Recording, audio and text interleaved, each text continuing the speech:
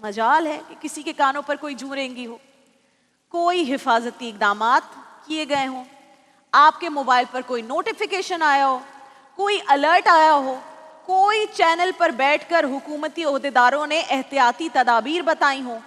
ہوا کچھ ایسا؟ کیا کہیں آپ نے ایسی نوٹیفیکیشن دیکھی یا پڑھی یا کسی وزیر نے آ کے آپ کو بتایا کہ آپ نے شیلٹر لینا ہے، اتنے بجے کے بعد گھروں سے باہر نہیں نکلنا ہے، جو بل بورڈز ہیں اس کے نیچے آپ نے نہیں کھڑے ہونا ہے، پول سے بچ کے رہنا ہے؟ دیکھا کسی کو؟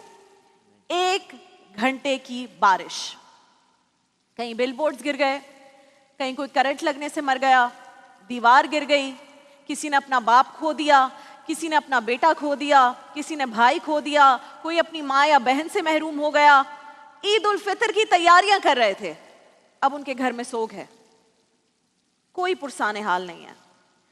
میں بہت کوشش کرتی ہوں، میرے بھائی محترم دانش، ہم بہت کوشش کرتے ہیں پازیٹیو بات کریں اور لوگوں کو اچھا فیل کروائیں. کیسے کریں؟ یہ جو میرے یہاں کیمرہ مین یہ بھائی ہے نا، جب بارش شروع ہوئی ہوگی نا، یہ سر پکڑ کے بیٹھ گئے ہوں گے بائک پہ گھر کیسے جانا ہے.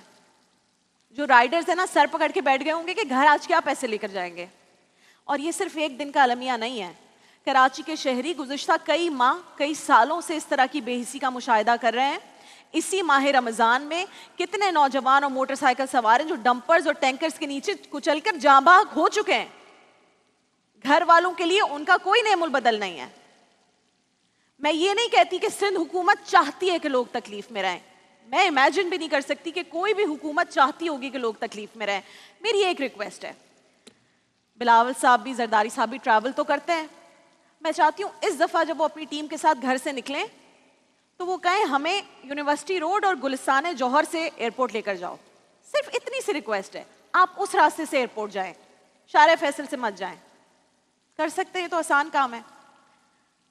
میں یہ نہیں کہتی کہ حکومت چاہتی ہے کہ ہم تکلیف میں رہیں، لیکن جب جو لوگ تکلیف میں رکھ رہے ہیں، جو سڑکوں کے حالات ہیں اس وقت، ہر جگہ جو لوگ تکلیف میں رکھ رہے ہیں، جب آپ ان سے جواب دہی نہیں کریں گے تو میں کیا سوچوں، ہم کیا سوچیں. نبی کریم صلی اللہ علیہ وآلہ وسلم آقائے دو جہاں کا ارشاد گرامی ہے کہ مومن آپس میں ایک جسم کی مانند ہے. جب ایک حصے کو تکلیف ہوتی ہے تو پورا جسم بے چین ہو جاتا ہے. یہ مہینہ جو اب ہم سے رخصت ہو رہا ہے، ہمیں جھنجھوڑنے آیا ہے، ہمیں بیدار کرنے آیا ہے، ہمیں یاد دلانے آیا ہے کہ ایک دوسرے کا احساس کریں. تھوڑا احساس اور خوف خدا اپنے اندر پیدا کرنے کی کوشش کریں، سب ٹھیک ہو جائے گا.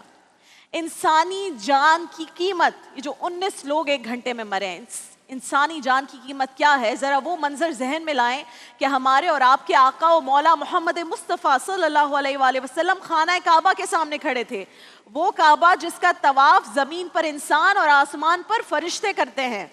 اس کعبے کو مخاطب کرتے ہوئے آپ نے ارشاد فرمایا کہ اے کعبہ، مجھے معلوم ہے تو بڑی عظمت والا ہے، لیکن اللہ کی قسم مجھے مسلمان کے خون کی حرمت تیری عظمت سے زیادہ عزیز ہے. اور آج یہی مسلمان کا خون سب سے سستا ہے. یہاں رعایا کی جان و مال کا تحفظ ریاست کی ذمہ داری ہے یا نہیں؟ صرف سوال ہے. اگر عوام مصیبت میں ہوں تو یہ حکمرانوں کا کام ہے کہ وہ مصیبت زدہ لوگوں کی مدد کریں یا نہیں ہے؟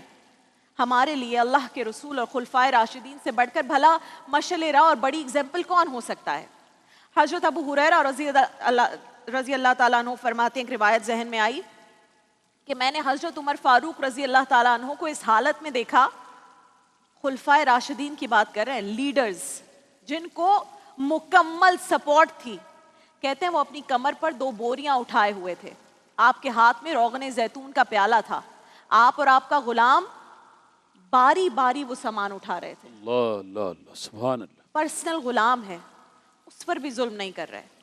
مسلمانوں کے امیر حضرت عمر بن عبدالعزیز نے اپنی ذات کو لوگوں کے لیے وقف کر رکھا تھا اس طرح کہ جب رات آتی تھی تو وہ 2 رکعت نماز نفل ادا کر کے ساری رات اس حال میں بیٹھے رہتے تھے کہ آنسو کی لڑیاں رخساروں پر بہتی رہتی تھی، حتیٰ کہ سحر نمودار ہو جاتی تھی، صبح ہو جاتی تھی. تو کسی نے پوچھا، امیر المومنین آپ ساری رات جاگ کر کیوں روتے رہتے ہیں؟ جواب سنیے گا. کہتے ہیں میں تمام امت مسلمہ کا والی بنایا گیا ہوں، مجھے ملک کے دور دراز علاقوں میں رہنے والے مساکین، فقراء اور مظلوم لوگوں کی یاد آتی ہے تو یہ سوچ کر نیند اڑ جاتی ہے کہ اللہ تعالیٰ قیامت کے دن ان کے بارے میں مجھ سے سوال کرے گا. تو سوال تو قیامت کے دن ہونا ہے، آپ نے جواب کیا دینا ہے اس کی تیاری کر لیں.